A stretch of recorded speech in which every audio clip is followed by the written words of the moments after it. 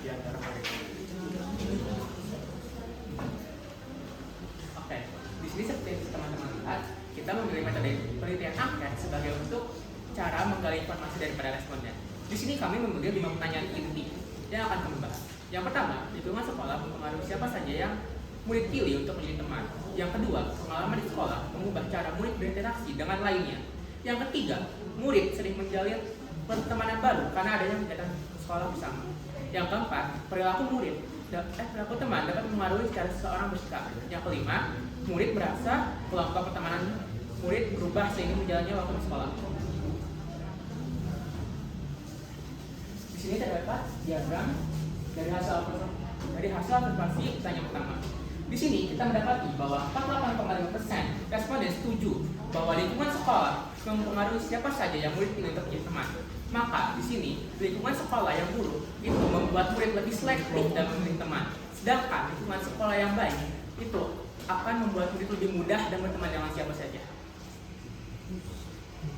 Nah, di sini selanjutnya diagram dari hasil observasi pertanyaan kedua.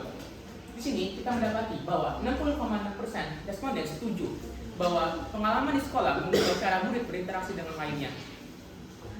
Hal ini karena murid cenderung menyesuaikan sikap dan pola pikirnya dengan nilai dan peraturan sekolah yang mempengaruhi cara mereka berinteraksi. Lingkungan sekolah yang mengajarkan kebaikan membantu murid dalam membangun hubungan sosial. Sementara itu, lingkungan sekolah yang berisi diskriminasi dan perundungan dapat mengganggu perkembangan murid karena mereka akan merasa kurang percaya diri. Ada diagram hasil observasi 3, 85% murid setuju sering menjalin pertemanan baru karena adanya kegiatan sekolah bersama.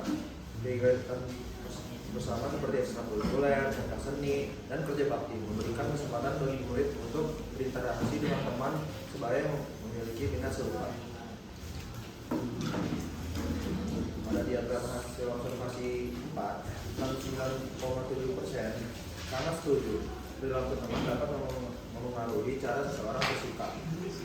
Murid biasanya mengikuti perilaku teman sebayanya, terutama jika memiliki kedekatan, misalnya kelompok yang menekankan pentingnya prestasi akademik. Murid akan terdorong untuk lebih rajin belajar. Sementara itu, kelompok yang lebih sering bermain, murid akan ikut menyepelekan belajar. Pada diagram hasil observasi 5, 39,4% setuju murid merasa kelompok pertemanan murid berubah seiring berjalannya waktu di sekolah. Biasanya perpindahan kelas atau sekolah sering memaksa murid untuk membentuk pertemanan baru. Berdasarkan hasil observasi, dapat menunjukkan bahwa lingkungan sekolah sangat memengaruhi pembentukan kepribadian dan relasi sosial siswa. Keterlibatan guru dalam interaksi sosial, budaya sekolah yang berinklusivitas, serta kegiatan bersama yang membangun komunikasi berkontribusi belajar besar terhadap terciptanya suasana belajar yang positif. Oleh karena itu, penting bagi pendidik untuk menciptakan lingkungan yang kondusif, membina siswa yang mengalami kendala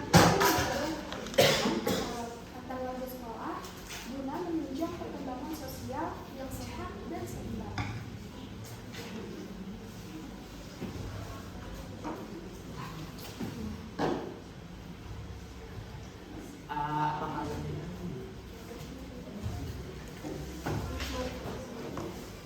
Jadi segitu saja informasi dari kami. Apakah ada yang ingin bertanya?